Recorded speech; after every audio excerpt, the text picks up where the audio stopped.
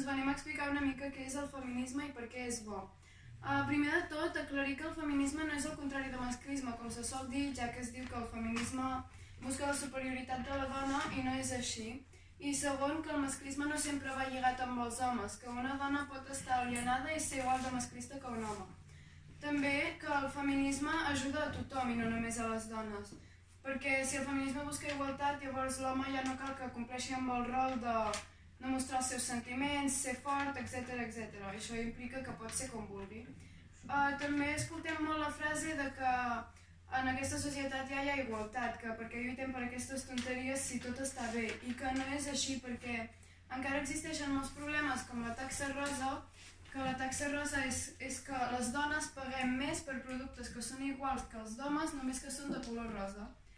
I també hi ha el lloguer de ventres, la prostitució, els abusos, les violacions, els assassinats, la infravaloració en molts àmbits i la bretxa salarial. També dir a les noies que, sisplau, que hi ha d'haver sororitat, que el primer pas hem de fer nosaltres i que ens hem d'ajudar molt perquè no podem anar insultant-nos per fer el que vulguem i per ser lliures.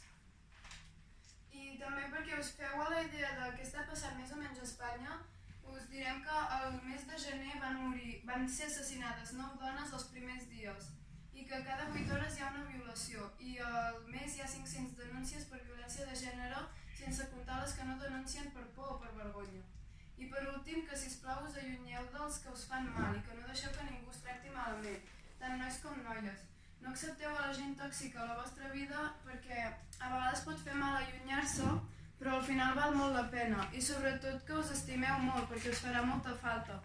I els nois que, sisplau, ens deixeu de cridar pel carrer, de perseguir-nos, de xiular-nos perquè no ens agrada gens. I no insistiu, si us diem que no, és que no, això només fa que molestar-nos.